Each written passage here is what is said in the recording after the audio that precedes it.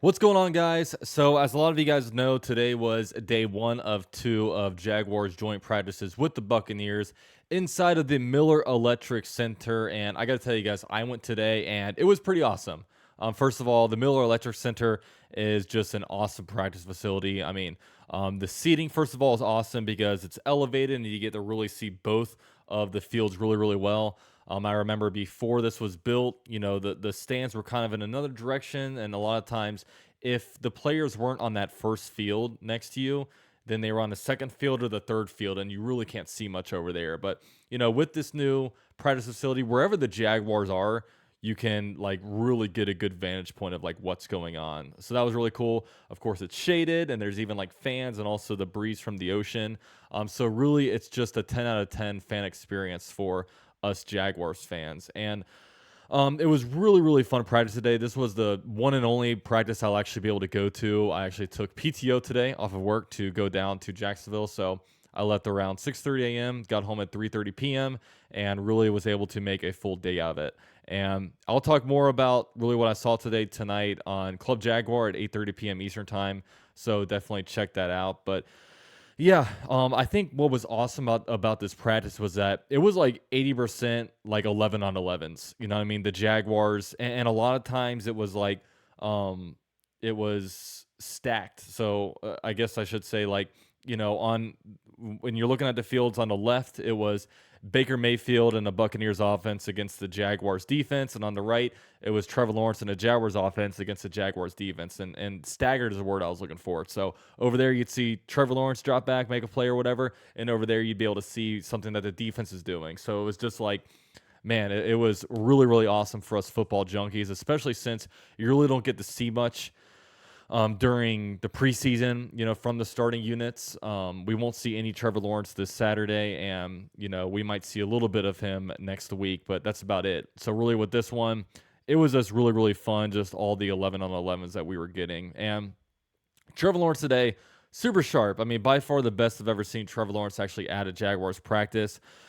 And, his connection with Gabe Davis, I think, is just really, really starting to flourish. I mean, it looks like there were some big completions to Gabe Davis, not just like ones that are just like, hitting him open in stride. It was like, finding him all over the field, whether it's in the middle of the field or the sidelines. I mean, the Jaguars are really finding him all over the place. So that to me is like really, really cool to see. And also Brian Thomas Jr. is continuing to build a lot of confidence. He caught a couple of balls deep, and, he had one where he got open deep, but Trevor Lawrence missed him. Brian Thomas Jr. is going to be a problem, okay?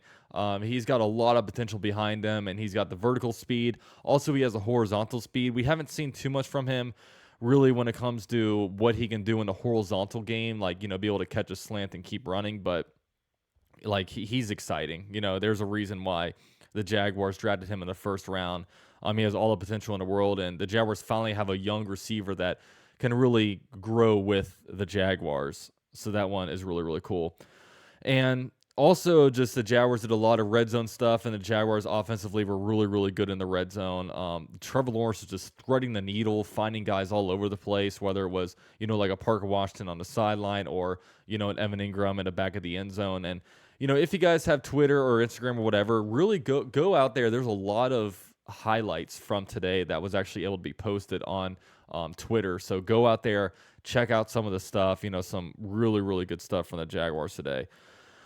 However, I am a little bit concerned about the Jaguars' offensive line. And by a little concerned, I mean like very concerned. There were a couple of really, really good throws from Trevor Lawrence that he made, but he probably wouldn't have been able to make if the Jaguars if it was a real game, because the Jaguars' offensive line, especially the interior, just was not holding up.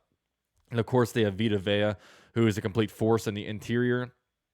It's just I worry because they keep trying these running back stretch plays to the weak side, and it just doesn't get anywhere. Like, it's just a bunch of, the defensive line is pushing our running backs back, and then it's resulting in, like, Travis Etienne getting hit behind the line of scrimmage. So, I almost wonder, should the Jaguars be bringing in really a tight end to play fullback more, and we just try to power, play some power run. I'm just not sure if the Jaguars have enough strength on the interior to be able to do that.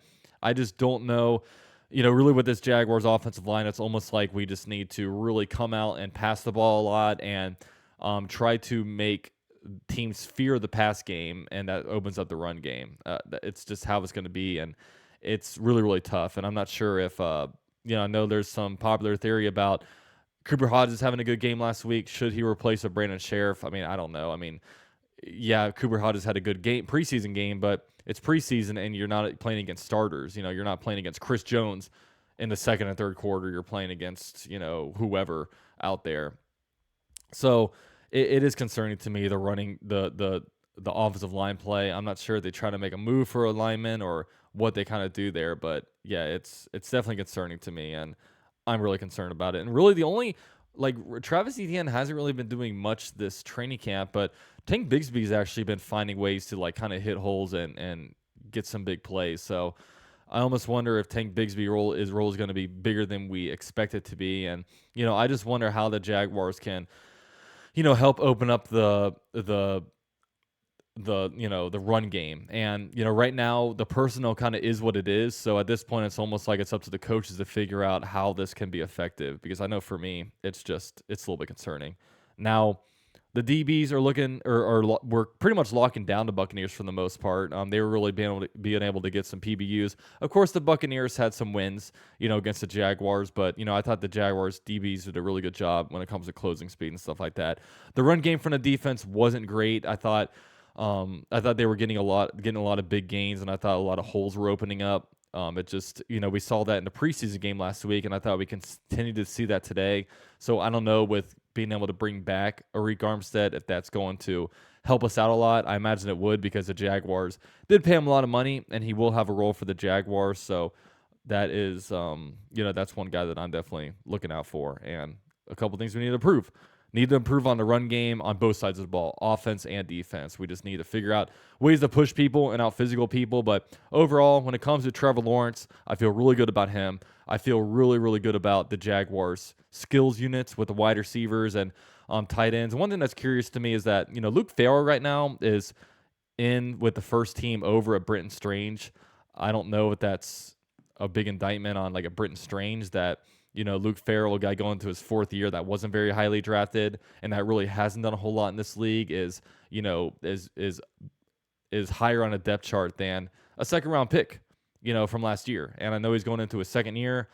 I know we need to really wait for the end of this year to judge him, but we're seeing Tank Bigsby get a lot of reps, a lot with the first team. We're not seeing as much from Britton Strange. So that one definitely does concern me. But yeah, if you guys are, in Jacksonville and have a way to actually get to these joint practices, definitely go. See if you can get in tomorrow. The seating is very comfortable. It's a whole lot of fun. And, I met a bunch of cool people out there today. And, I wish I could take tomorrow off and go back again. But life moves on for me. My regular job, my regular 9 to 5 with doing YouTube videos in the evening. And speaking of evening, like I said earlier tonight, at 8:30 p.m. Eastern Time, Club Jaguar will be talking more about this, recapping last Saturday's preseason game, and moving forward, as we have, 24 more days until the regular season opener. I think actually 27, so lots of fun stuff on the way. I appreciate all you guys so much for watching. If you guys like the video, please drop a like for me. It really helps me out as we get into the season, trying to hit 20,000 subscribers this football season. I'm almost there. Thank you guys so much for watching, and go Jags.